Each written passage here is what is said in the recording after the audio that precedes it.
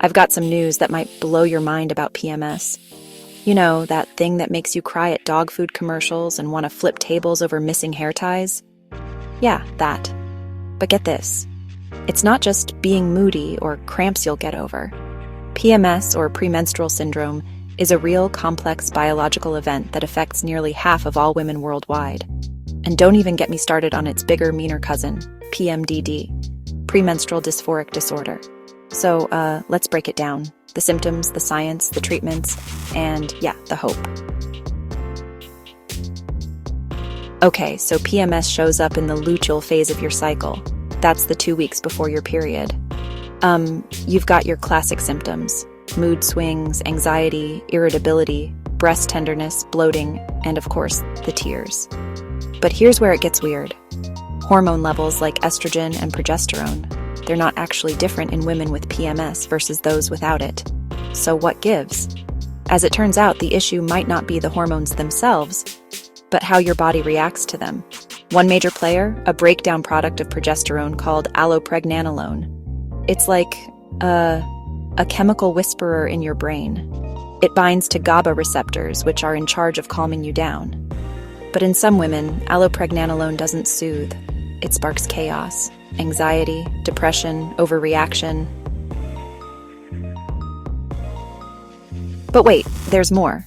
Some women make more allopregnanolone, or their brains respond differently to it. That could explain why PMS hits some of us like a freight train, and others barely notice it. And let's talk stress, because if PMS is the storm, stress is the thunder that makes it worse. Your body's stress system, the HPA axis, is supposed to help you cope. But in PMS, it gets hijacked.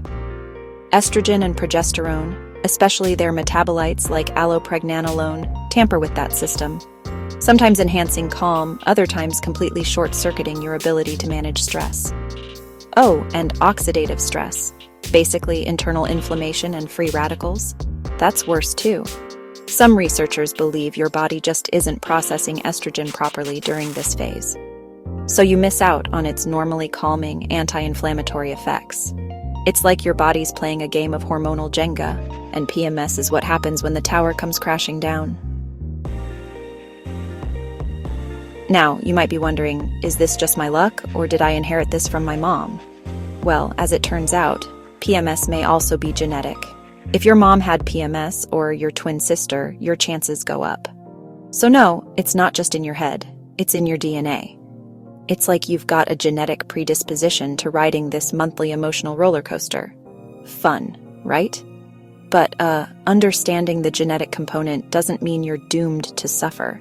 It just means we need to look at PMS as a complex interplay between your genes, your hormones, and your environment. It's not a character flaw or a weakness. It's a biological reality that we're only now starting to fully understand. And the more we understand, the better we can manage it.